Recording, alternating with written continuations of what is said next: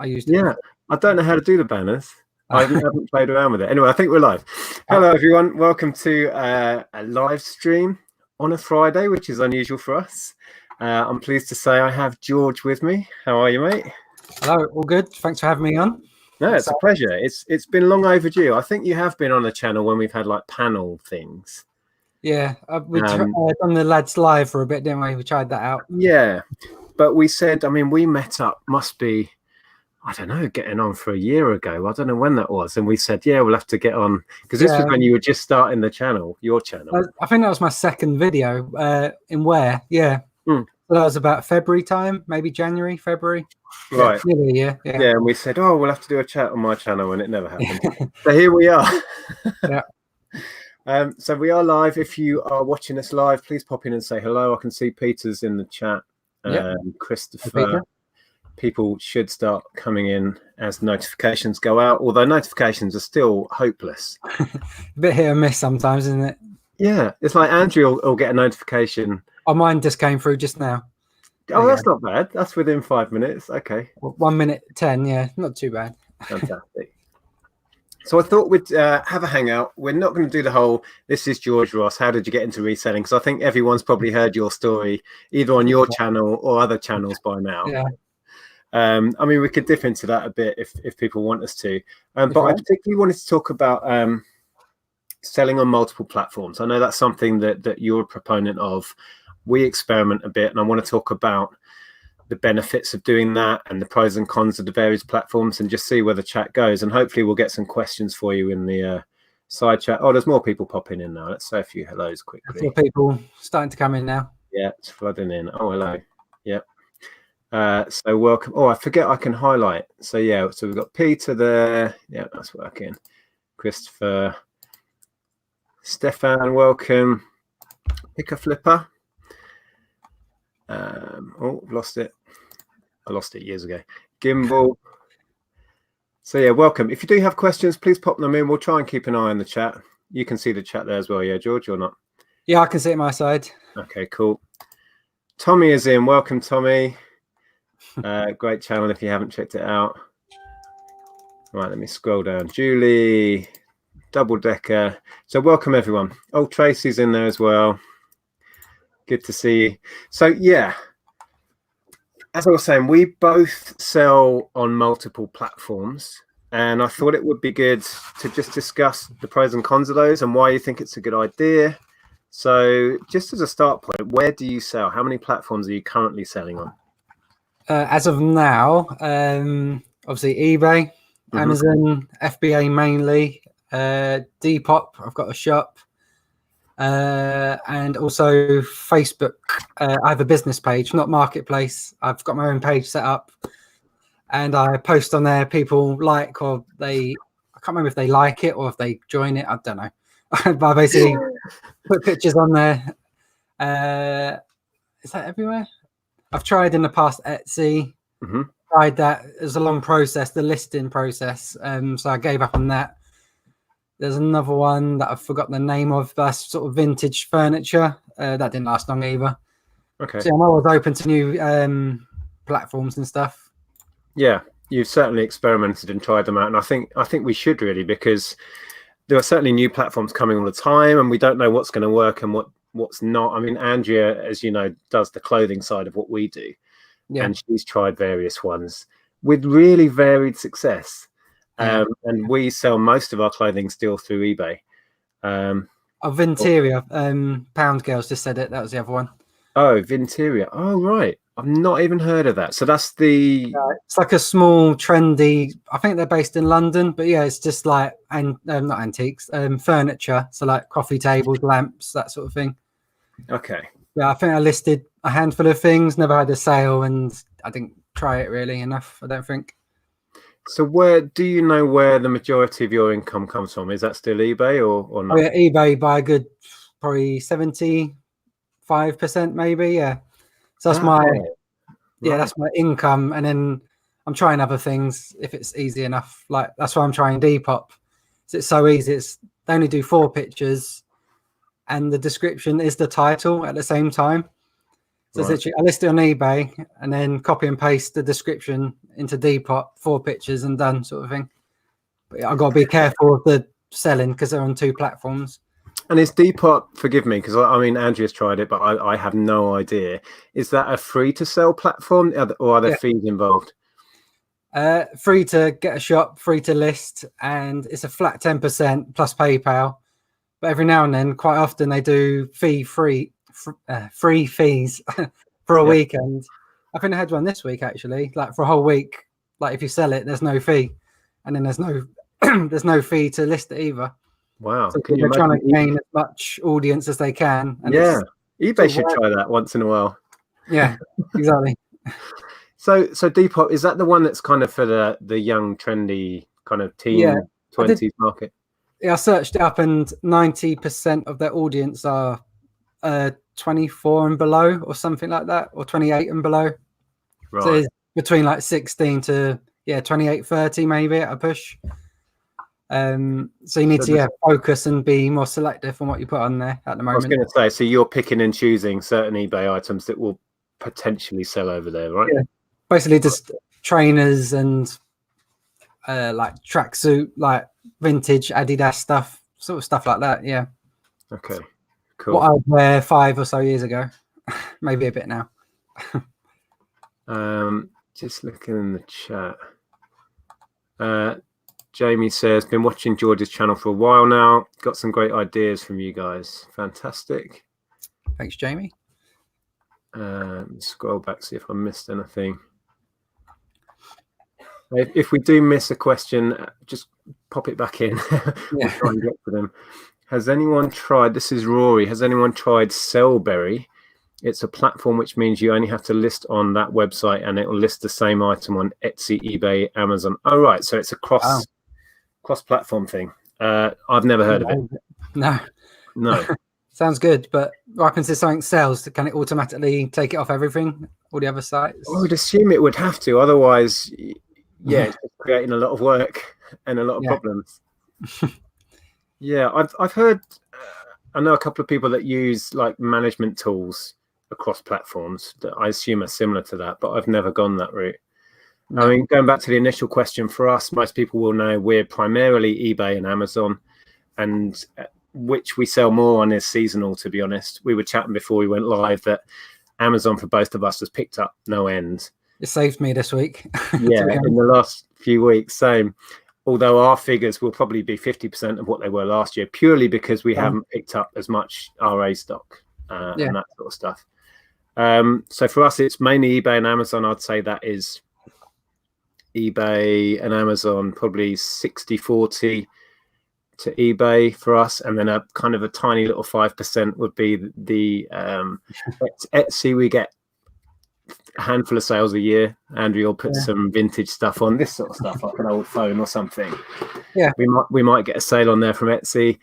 And Andrea dabbles in the clothing ones, the sort of stuff you mentioned, but they're really slow. That's the thing. Don't rely on it, but I'm trying to stick with at least Depop because I've got a lot of trainers, and like through the winter I've got loads of clothes at the moment that I don't normally touch during the summer. But like this month I think maybe I'm just trying to look, 4 or 5 sales on Depop this month. It's not like to rely on, but it's a growing thing because eBay do need more competition, really.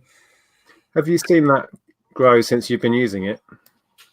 Yeah, on there you get followers like Instagram or Twitter. You get followers, so like people follow your shop. So in their feed, they would see when you list new items, but you can search for items as well.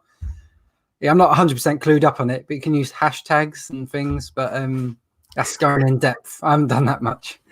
You sound so much like me. I thought you'd understand all of this. I'm still getting my head around Instagram slowly. You mentioned Facebook before, and I really wanted to chat with you about that because, like you said, you have your own Facebook page. I mean, we have a reselling page where we just share reselling stuff and YouTube stuff on there, and it's basically a page. So you would just post, I have a vintage table for sale. And so people, what I'm interested about with that is, how are people finding that? Do you think they're finding that through your YouTube, or are they finding that just by searching on Google? Well, I started that as soon as I started full time before I found about YouTube and stuff. So that was back in July 2016. And I've carried it on ever since. And yeah, I'm trying to get sales on there, but it's more sort of like people like to see cool stuff pop up on their feed. Like, oh, I remember that from back in the day. And then they might buy it. Like, again, that's like a handful of sales on there a year, maybe. But then they tend to be bigger sales. Off the top of my head, I sold a cool bass guitar with no head on it and stuff for, what was that, nearly 300 straight to my bank account, no fees at all. That's through my Facebook page. Because you can buy adverts on Facebook, so you can promote your page if you really want. So you can spend like £1 or tenner or 1,000. It all depends how widespread it goes, basically. I think I've got just over 2,000 likes now. So this is more eyes on my items. And then the vintage haul, the electricals haul, he found me on Google. He just typed in vintage business something or other, and I was like near the top on Google. And then I spent £1,800 and I got really cool stuff. Yeah. Have you shared? Did you make a video of that yet, or have you not shared any of that? No, yeah. Halfway. Filmed half of it, but I'm waiting to go into my bigger unit and then I can show it properly. The stuff that hasn't sold yet, anyway. Yeah, because the selling on Facebook. I mean, I've dabbled in marketplace and local selling groups, and I've had really mixed things back from that. I've had more joy buying from Facebook than selling. So, are you putting it on your own page on Facebook and then putting it on marketplace, or are you ignoring marketplace? I just ignore marketplace. I've tried that as well, and yeah, just time wasting and nah. So it's literally I'll try and show you. I can't do it like that. Yeah, it's literally Wally Shed's my business name, and it's just that page on its own, and yeah, people can go over and see it. It's not like a group where you have to join and then be accepted. It's just like live and open. So yeah, it's different to marketplace. Yeah. I just saw a question before it whizzes by. I'll highlight it. So Barry says, do you do much FBA? If not, are you looking into it? I started FBA in January 2018. So this is my second full year doing it. Yeah, it's about 25% of my income probably. I've done it nowhere near as much this year, but it saved me. Like I said, this week, eBay's been really slow, loads of non-payers, couple of returns. But yeah, I've been getting 100+ days on Amazon every day this week. Yeah. But I've only got 28 items up there at the moment. I did have 100 in sort of August. But yeah, when I started, I was hitting it, like sending everything up. But it takes a lot of time and effort to send up boxes. I don't enjoy that at all. You know, I love that process, which is why I'm really looking forward to experimenting with eBay fulfillment. As you know, we're going to really push that in the new year. So yeah, that's going to be interesting, because that aspect of FBA. I mean, if we're talking pros and cons, the big pro for me with FBA is you don't have to store it. You ship it off with UPS, and that's it. That's your work done. It's that whole the joy of just the sale comes in. Like today, I was telling you, I sold a Guitar Hero for £80 today, and it's just it's done. I don't even have to think about finding a massive box and shipping it out and all of that. It's done. But the cons, and I'd like to know what you think about this. I mean, I've had some shocking returns recently. I shared one about a year ago that was a year after I sold it on FBA. A Star Wars toy came back a year later. Yeah.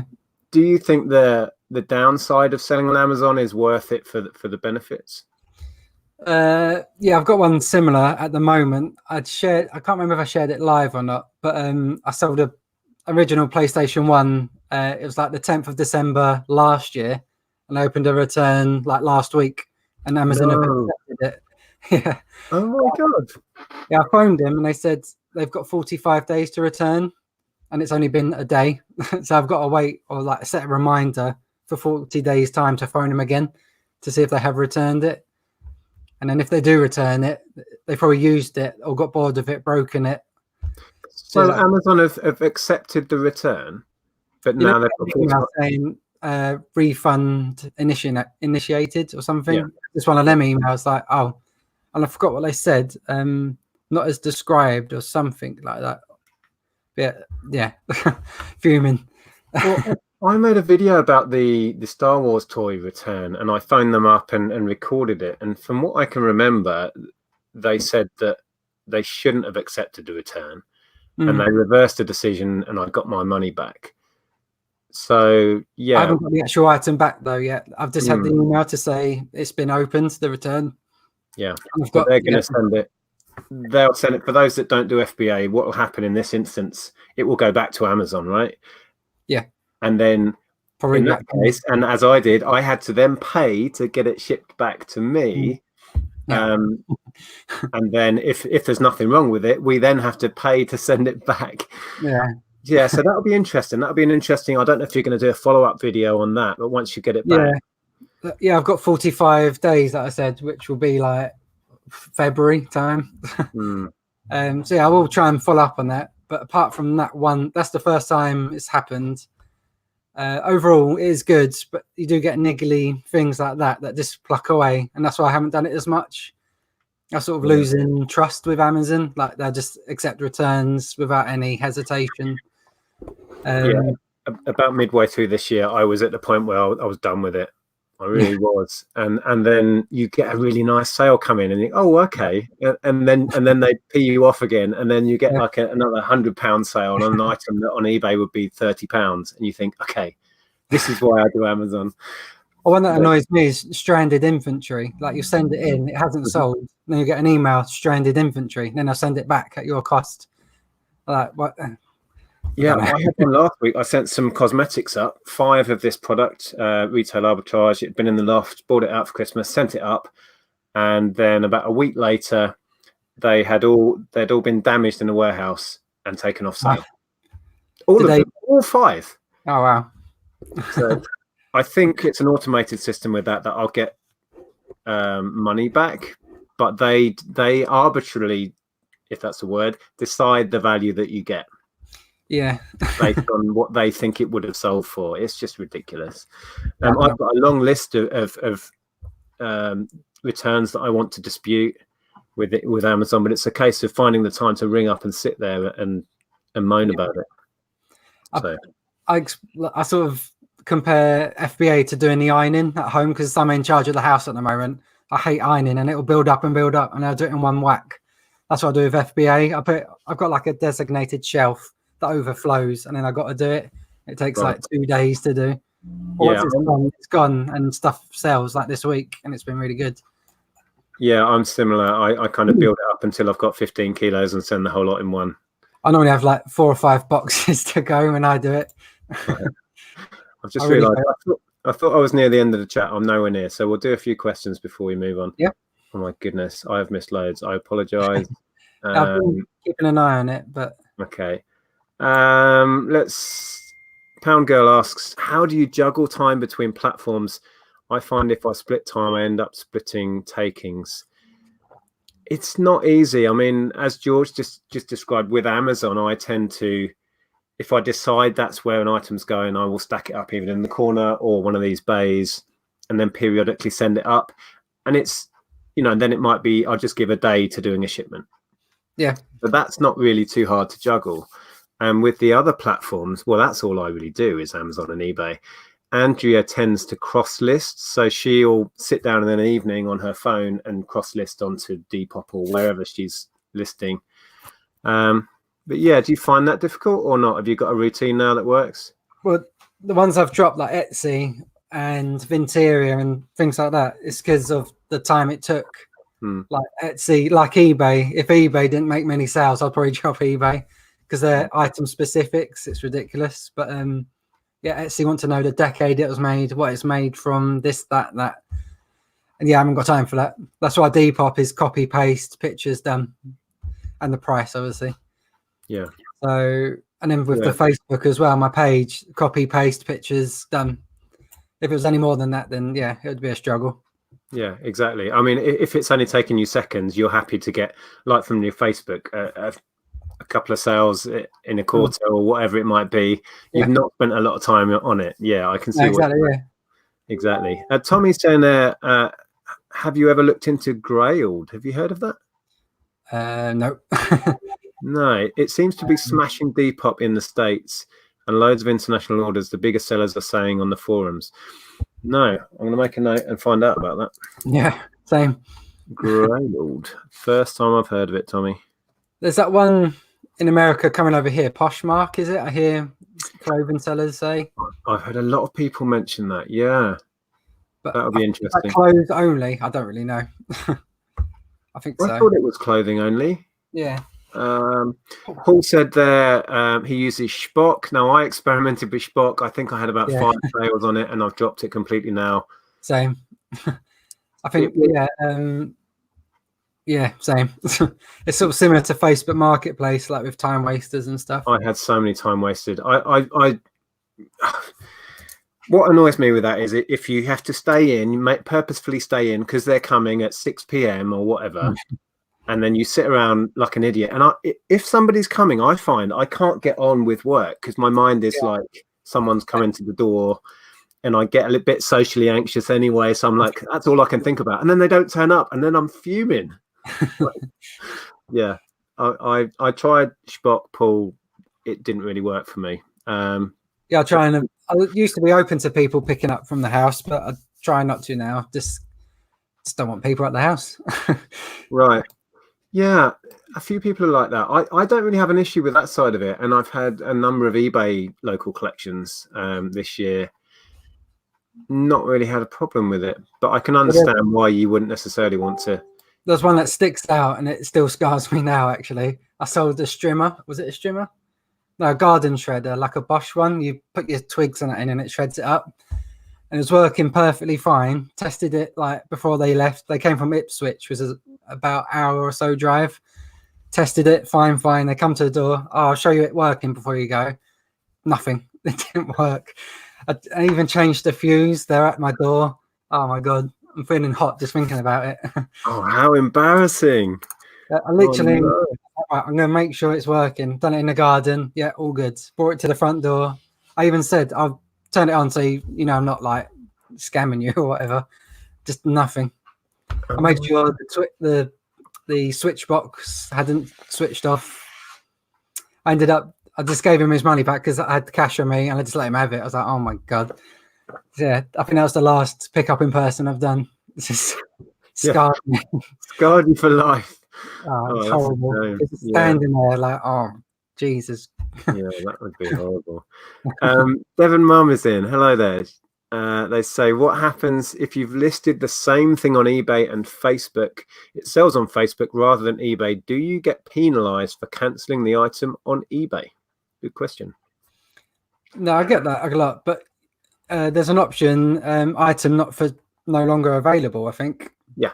On eBay, just do that. Yeah. Yeah, you can end an item and just put in the reason that it's no longer available, and there's no penalties that I'm aware of. So don't worry too much about that. Obviously, if you are going to cost list, you have to be on top of your game because sod's law will happen. If you're out and about, oh, I've had a sale on Depop, I'll cancel that on eBay when I get home. No, stop. Go on the app and cancel it because sod's law will, make it happen that you will sell it on eBay on the way home. Yeah. Okay. Depop is great, says Julie. If you advertise a lot of times on the home page. I started on Depop before eBay. If you advertise, can you pay to get promoted to the homepage then maybe? I'm not sure. I think it's a bit like YouTube with that. Like it will just recommend certain shops and it doesn't really explain why. I don't know if you can pay. Not that I'm aware of. Well, it sounds like there's a way, because if you're advertising, I assume there's a payment. So perhaps you can pay to get preferential treatment.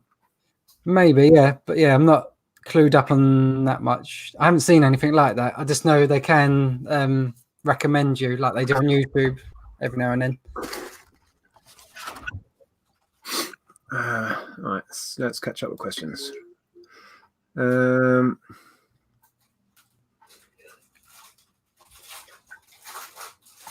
Okay, Paul.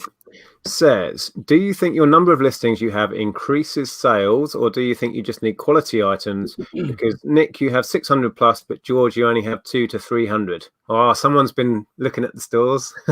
Yeah, all depends really. We're sort of different models at the moment, aren't we? You're more was it quantity over quality a bit more, but you definitely both, don't you? Yes and no. I think a lot of the numbers are Andrea's clothes, and she's going to thin that out massively in the new year is the plan. And then with the car parts, it's a case of chucking it all on, and a lot of that is never going to sell. So the majority of our income comes from newly listed stuff. A lot of what I stuff goes on and it sells. You may have seen we did a sales roundup. Most of that stuff has been listed recently and it goes. So if you took the car parts and a lot of the old clothes that are going to be taken down anyway off the store, it would be much lower inventory. I mean, it looks like we have masses of stuff, but most of this in here isn't even listed.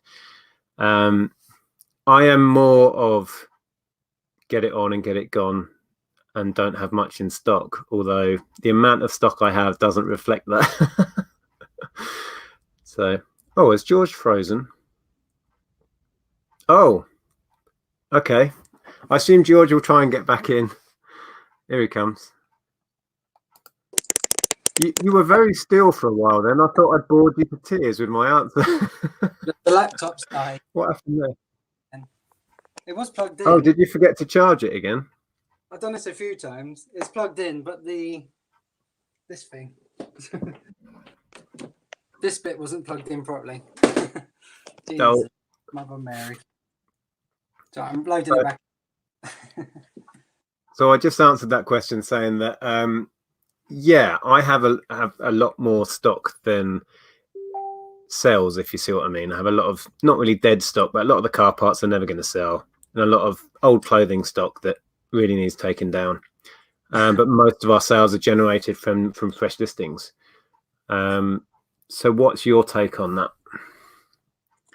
Yeah, at the moment, because I can't put, like, I'm full-time but not full-time, as I put it. So yeah, I've got to focus on higher sales but lower amount for the time really. And also that's what I prefer. Like when I go in charity shops, I really look at CDs and the stuff that you like. If there is electronics, that sort of thing, try and find higher end shoes and boots. But yeah, the more listings, obviously, the better. But then, yeah, I've got 200 and something, but I'm still making more than I did a couple of years ago when I had maybe 300 or so. I've never really gone over 300 that often. So yeah, it depends what you source, really. Yeah, I mean, our store is rarely as high as it is now. We were hovering around 400 or 500 for years. It's crept up recently again because I've been plowing through the car parts. And although a few sell quickly, most sit around and take forever.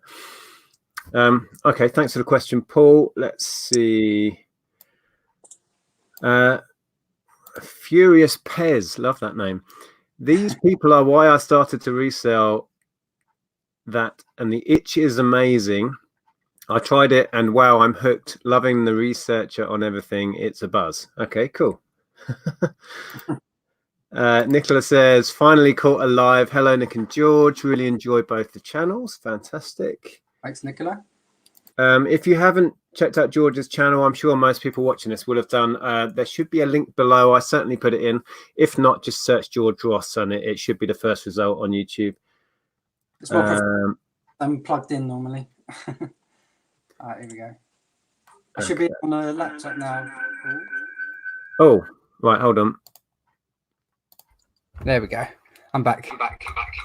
Turn that off. Wow, that's an epic echo. There we go. Sorry. Okay, no worries.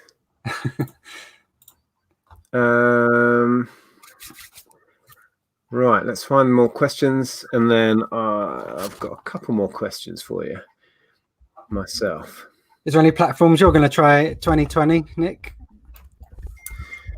Good question. Plans for next year.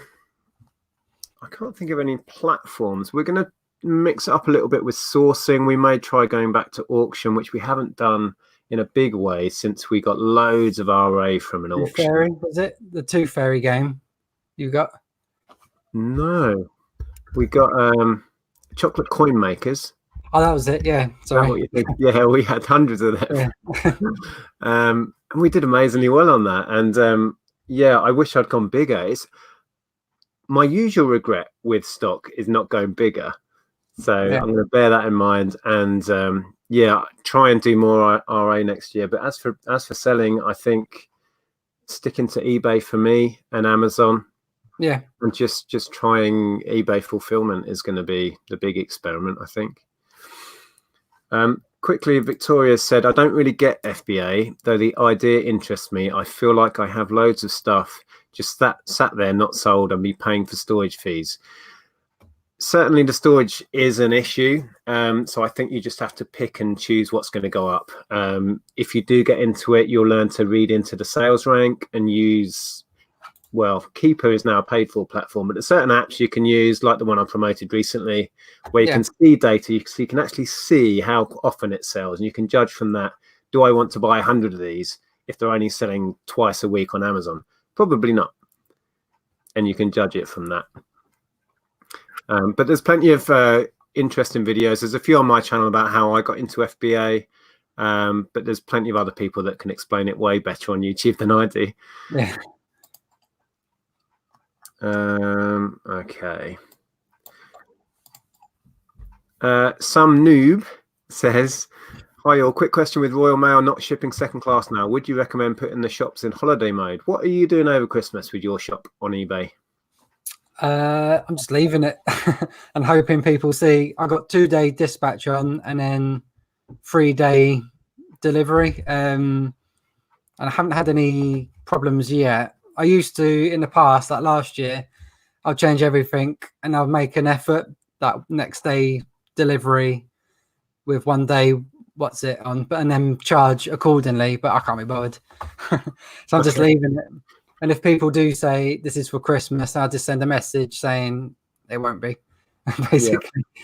I suppose with a lot of what you're selling, there will be some Christmassy gift things in there that are sold for Christmas gifts, but I guess you're not going to see a massive spike. Whereas a lot of the things we have on our shelves, it is worth the effort. We went down to same day dispatch with a 4 p.m. cutoff for the last few days, and that really helped.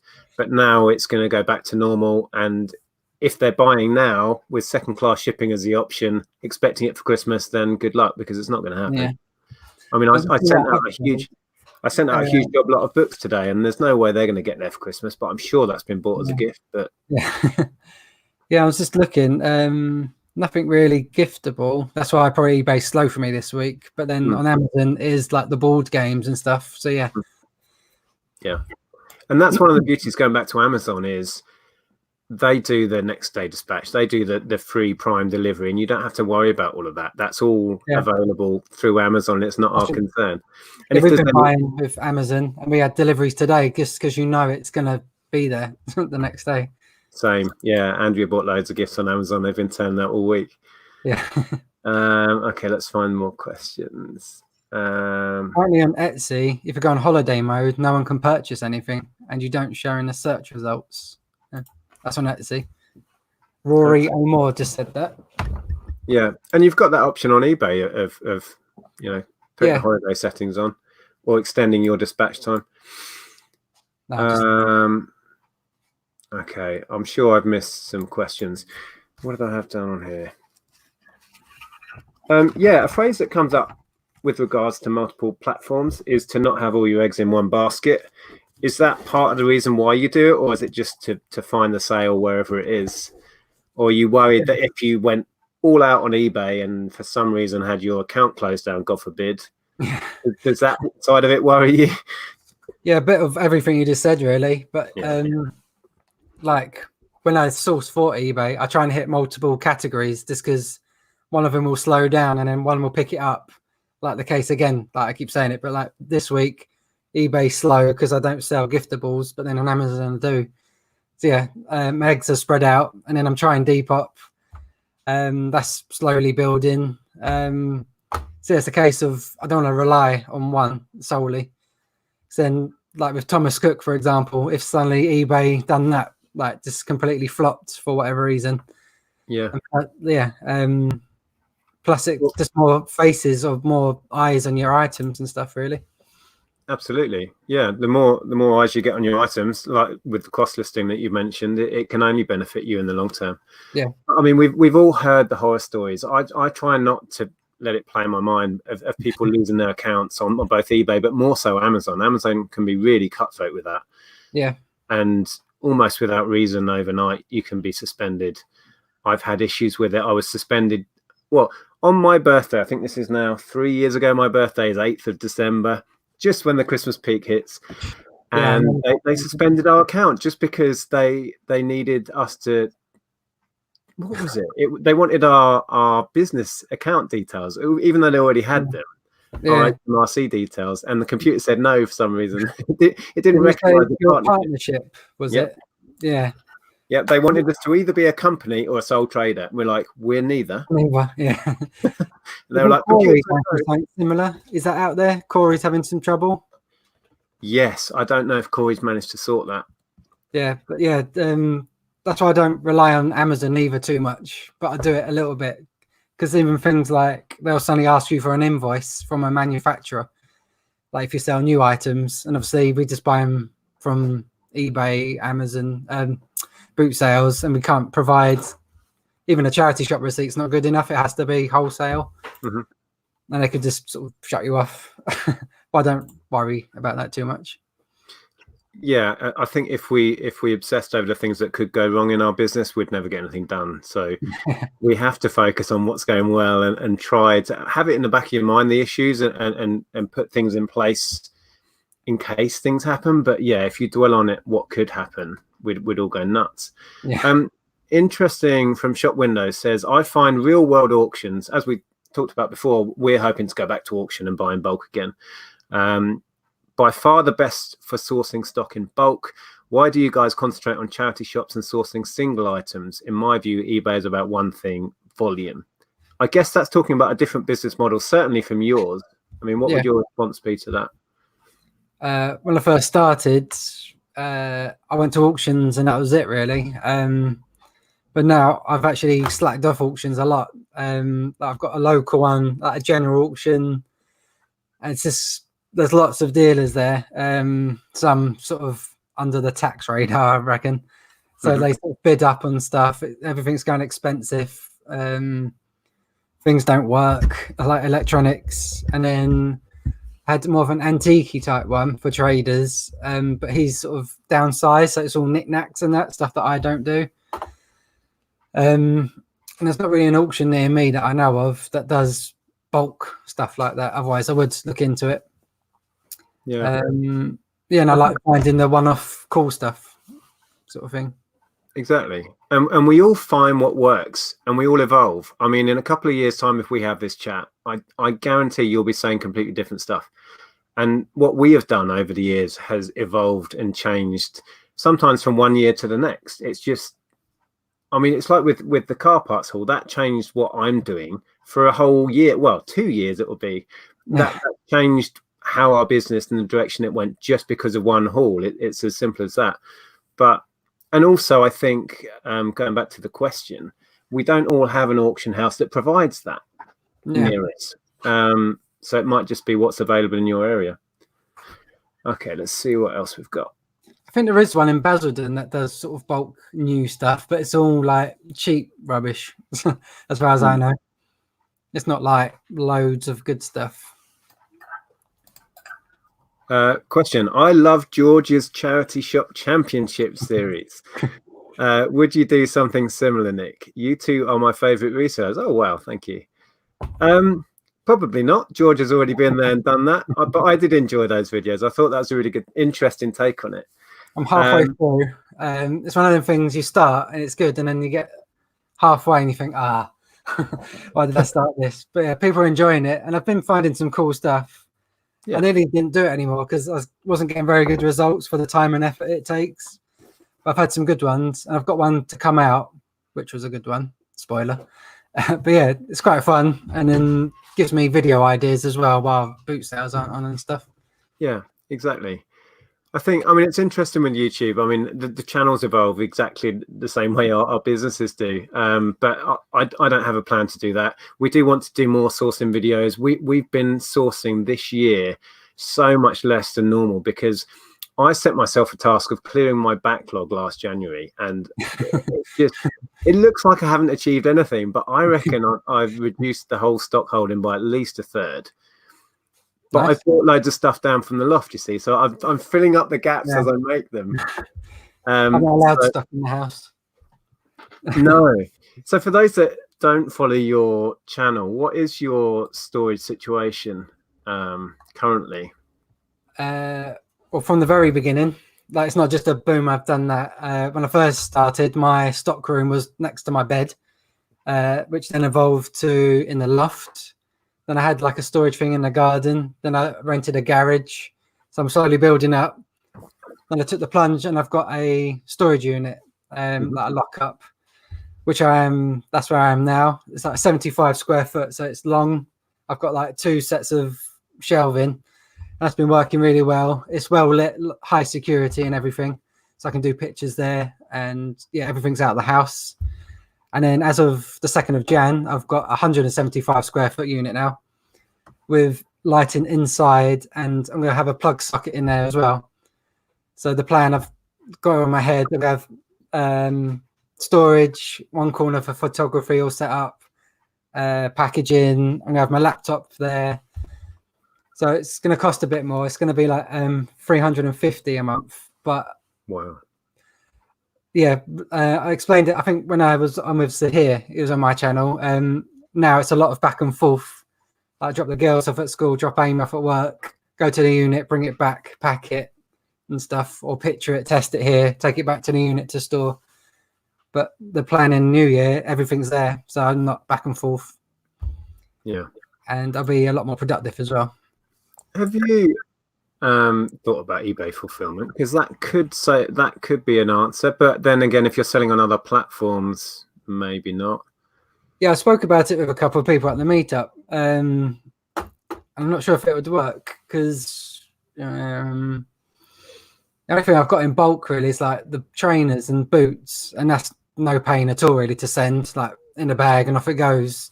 And then electronics, I'd need like a pallet and send it out. I don't know if they do that, but yeah, sort of, because I've got between 200 and 300 listings, it's like manageable, and I haven't really got a backlog, like a manageable one. Yeah, I'm always on top of it as well. Okay. Right, let's see what I've missed. Oh, hang on. Go back. Oh, I've missed loads. At the bottom, vinegar jar. That's Peter Cummins, isn't it? Yes. 350 is a lot. Have you thought about just renting up a lock-up garage? Yeah, it is a bit more, but all businesses have overheads. Like Pete with his shop in America, think of them overheads.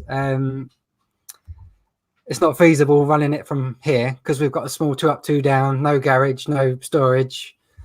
And I have got a garage, a lock-up one, but it's cold, damp. It could be broken into right now, for all I know, and I have no idea. So yeah, peace of mind, warm, safe, like high security, more professional, away from the house. So family time here, work there. So 350 overall isn't too bad. There you go. So when are you moving your stock to there? January, was it? 2nd of Jan is when I'm signed up for. Okay. We're gonna, like me and the girls and Amy, we're gonna like flip my stuff to, because it's in the same warehouse or in the same unit, just different rooms. That would be interesting. Are you going to do a little video of you setting up and building the rack? Yeah, I'll try to. It should make a good one. Yeah, because I always find those really interesting. It's like when Lonnie set up his shed. I was all over that video and that whole series, because I love seeing people, you know, making their business work for them and trying things and being creative. And when I've done little videos like that in here, the response is great to those. People like to see behind the scenes, you know, what we get up to. Yeah, people like the picking orders when we put it to our heads. Like, Yeah, I saw that. I haven't actually watched it yet, but I saw you got the old stick it to your head idea. One of these. yeah.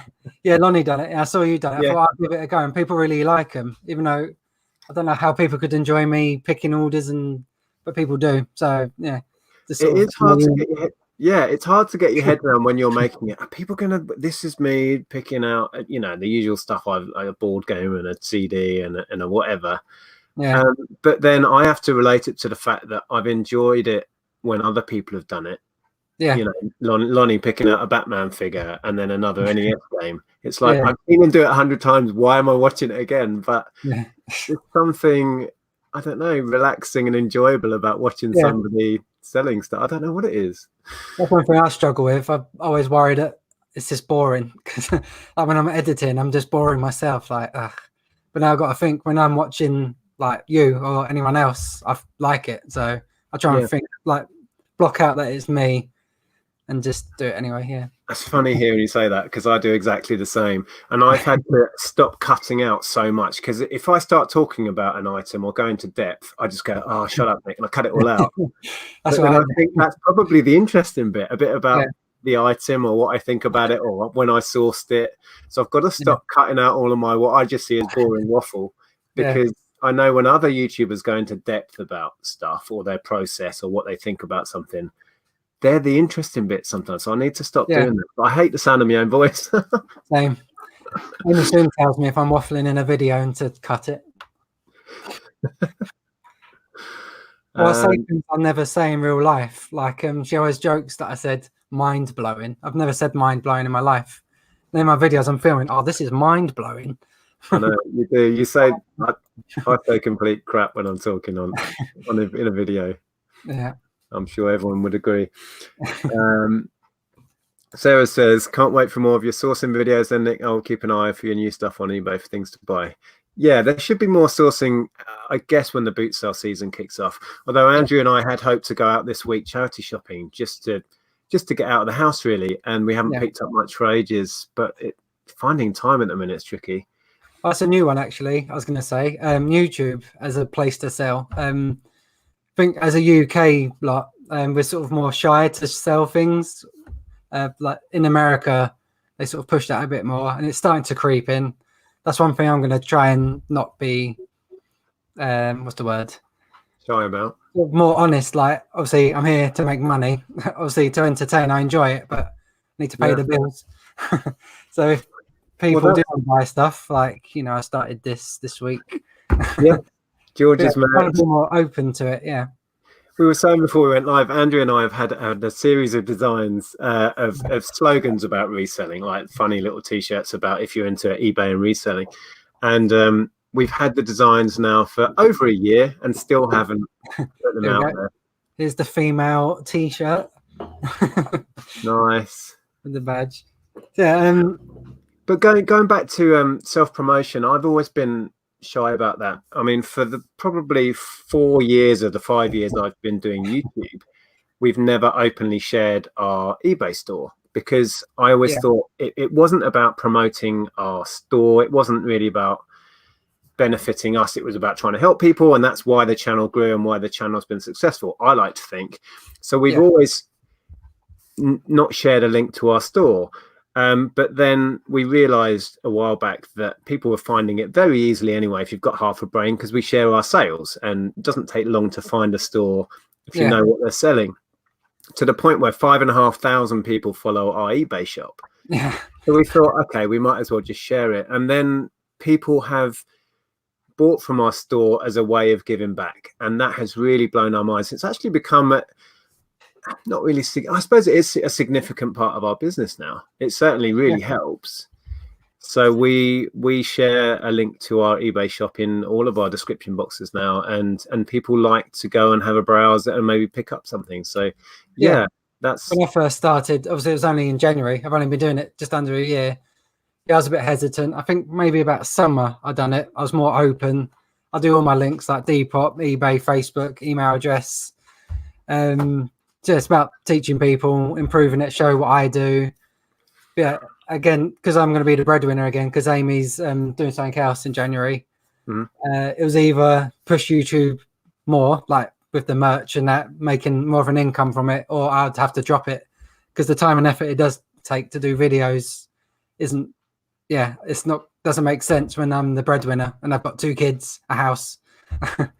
So I'm going to be pushing it because I get a little bit of ad revenue, like decent amount, but then it's still not enough. And if I push it and people are enjoying it, so yeah, I'm going to give it a go. It's interesting to hear you say that, because we've been saying that for years, that YouTube never really gave us back the time we invested financially.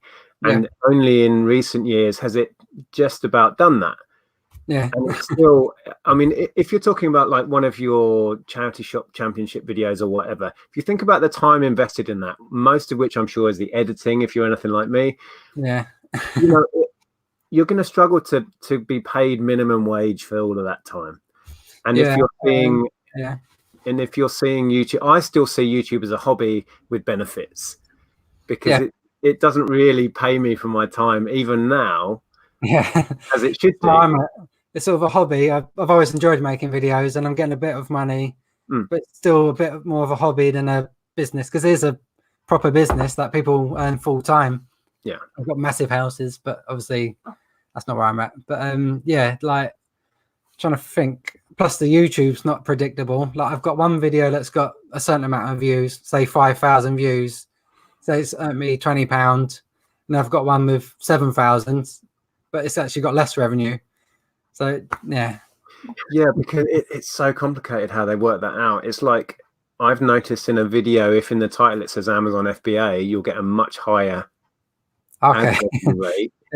Because I think people are wanting to push their Amazon sale. You know, you've got like American audience can earn you a bit more, like per 1,000, and then you not as much. It's so complicated. But I mean, I've said it till I'm blue in the face, but I think you have to go into YouTube because it's something you want to do and you're passionate about. Because if you get into it, I think thinking I'm going to make loads of money, you will soon get cheesed off because it's not there. But and little things like in my charity shop videos, you don't realize how many radios are on or music, and you have to cover up the music. And then people are like, "Oh, that song's rubbish. You've put over the top," but like, I have to. You learn all those things very quickly. And it's like we announced, I think it was last week, that we're going to do a separate channel to just do quizzes for fun. Because I want to separate that from the reselling channel, because I know most people are here to learn something and find out what I've been selling. It's not about me really. It's about reselling. So if I started doing all the quizzes I wanted to do on this channel, I think people will get fed up with it. So that's just going to be I've noticed that as well. Like obviously the charity shop, Spook Sales, they perform really well. And then like I think I just done a random one. We went to Centre Parks with the family. So it's just a family video. It's just us not reselling. Obviously that'll get less views. But I think it's good to separate because people want that sort of thing. Okay, how are we doing with time? Oh, that's not bad. We've nearly been on an hour already. What else did I have? Sorry? The girls are still quiet as well. They've either killed each other or just playing nicely. When kids are quiet, that's when I start to worry, What that's not if I'm on at sort of 9-ish when they're in bed and that, so it's a bit of a risk, but they're playing nicely, which is rare. I think we've covered the points that I was going to mention on there. Let's just see if there's another question we can touch on before we go. Oh, Bumcrack Picker has shared your channel link there, so if you haven't found it already, click through on that. I still can't believe how well the channel's actually gone, because it was my New Year's resolution. Like obviously I've been watching for a few years. I think I found it was Tom first. I first found. I think I was researching antiques fairs, and then Tom's video came up. He was like having a moan, of course. And then Ben was linked to that video, and then you was linked to Ben's video, and it just went from there. So I've been watching for 3 years. I was like, right, New Year, I'm going to give this a go. And it's, what is it, 5,500 subs now? Yeah, that's incredible. The speed you've grown to that. And the Hitchin meetup helped a lot with confidence as well, because it was just numbers on the screen, like people messaging nice things. It was just words on the screen, but like meeting like 80+ people saying hi, thanks. Yeah, it's helped. Yeah, Did you enjoy that then? I'm glad you made it.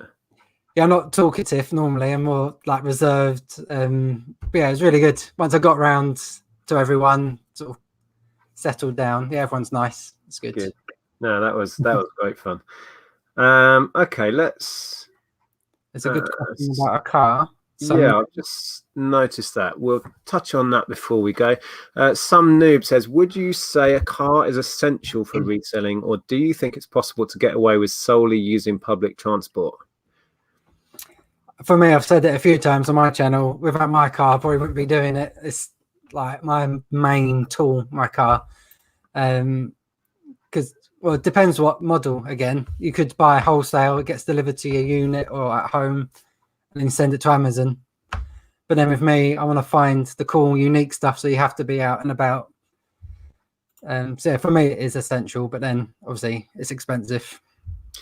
Yeah, the way we do things, if you've seen any of our boot sale videos, you can see that there's no way I'm doing that on public transport, because we kind of go big when we go out properly sourcing, and we'll fill up our trolley 3 or 4 times in a day, and, Yeah. and either fill the Mini with the seats down or take the Estate and fill the back of that. But people do it. I mean, Yeah. you know, and people also source online, as you said, and get it delivered, or they snipe off eBay, or they buy at auction and get it delivered. I remember Darren from Smart Reselling had some amazing scores buying at auctions up and down the country. So he's bidding online and then paying to have it shipped to his house. And he had some amazing scores of vintage gaming and that sort of stuff. So it is possible, but I would say if you're going to follow my model or how I choose to do it, or George's, a car is going to be essential for doing it the way we do. But even between boot sales, like height of the season, I've got a Cougar, a Ford Cougar, and even with that, it's a bigger car.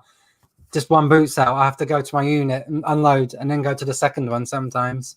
Yeah. And see, without a car, I couldn't do that in a taxi or bus, whatever. Yeah. Actually, Steve doesn't drive, and Steve goes shopping on the bus and picks up some great stuff. And Watcher there says, I don't have a vehicle. It's really hard, but possible. Exactly. You have to just be creative and make it work for you. Yeah. Bucklewise says, I'm in for an Essex meetup. Apparently, is that going on? Isn't Andrew trying to push one on me to sort out? I think he's organising one for you. I have it in my head about a summer Essex meetup, maybe, but don't hold me to that because I don't do arranging things.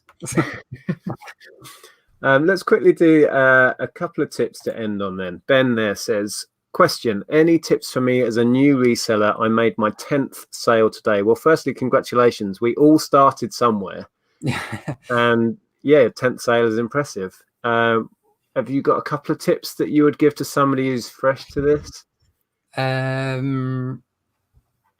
Know the different postage options and the prices. Like, obviously, so many people, like on Facebook Marketplace, if I find a really nice item but it's a bit far away, I ask if they can post it. And say it's a pair of roller skates, they think it's going to cost like 20 quid with Royal Mail. And when I share like the parcel to go or Hermes, it like blows their minds, like they didn't know it existed. So if you can learn what is available and the different prices, that helps. Obviously the best price, and then you open it out to more people at a cheaper price. Yep. And get a good contact for free cardboard, like shops, like big shops like Home Bargains, B&M. They've got more cardboard than they can do with. So talk to a manager, they're not really going to say no, I don't think. Like, I've got a contact with Matalan, I've phoned the manager, they've got a cage full, and it's all really big, strong stuff as well, and it costs nothing. Yeah, great tip. Yeah, I would say a big one for me is research. When you're maybe even when you're buying, get used to looking things up. If you're going to invest a lot of money, don't be scared to stand there and look it up. Yeah. And then when you come to list, do your research, and don't be scared to aim high. I mean, George is great for this. Aim high and wait. I'm proud of this item. I love this item. I'm going to get X hundreds of pounds. We've all seen George do it and somehow managed to sell a cuddly toy for £400. That sort of thing. So don't be scared to ask high. You can always come down. That's what I say. That's what I say. Aim higher than you expect, and then if you end up here, you're still doing okay. I aim high, then put best offers on, then I think about a sale, and then bring the You can go down, but you can't go up because it will sell. Once you've sold it cheap, you're never going to get the higher price. You can't go the other way. So absolutely. So there we go. So fantastic. Thank you everyone for your comments and questions. Hopefully we got onto a few. I think I did better than I usually do. I think it's Bex now and Z, isn't it, going live? Zahir and Beck, we don't want to trample on their time slot. I'm not sure when they go. It's about 7, half 7, is it they do now? I'm not sure. So yeah, and thanks George for joining me. Hope you enjoyed that. Yeah, really good. Thanks for having me on, and thanks everyone for joining. It's been a pleasure. So again, if you haven't checked out George's channel, there should be a link below, but just put George Ross in. He's internet famous. You'll find him. And we'll be live again on Sunday, so we'll see you there. And yeah, thanks for everyone for joining us. We'll see you soon. Take care. Cheers, George. Yeah, bye.